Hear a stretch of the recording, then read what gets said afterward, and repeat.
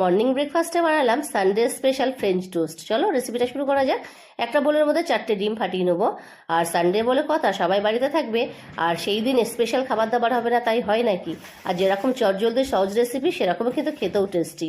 তো এখানে 4টে ডিম ফাটিয়ে নিয়ে ডিমের মধ্যে পেঁয়াজ কুচি দিয়ে দিলাম, কাঁচা লঙ্কা কুচি, ধনেপাতা কুচি।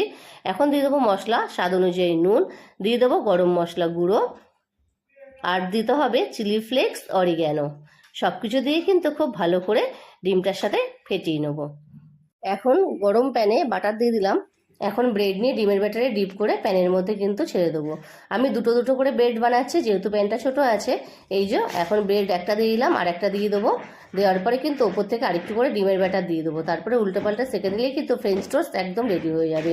আর এই সময় কিন্তু গ্যাসের ফ্লেমটা লো টু মিডিয়ামে রাখতে হবে, হাই ফ্লেমে কিন্তু একদমই ভাজা যাবে না। এই যে আমি উল্টো পাল্টে কিন্তু ফ্রেঞ্চ টোস্টটা ভেজে নিলাম। এখন একটা সার্ভিং প্লেটে কেচাপের সাথে সার্ভ করে দেবো। তাহলে বন্ধুরা, তোমাদের আজকের এই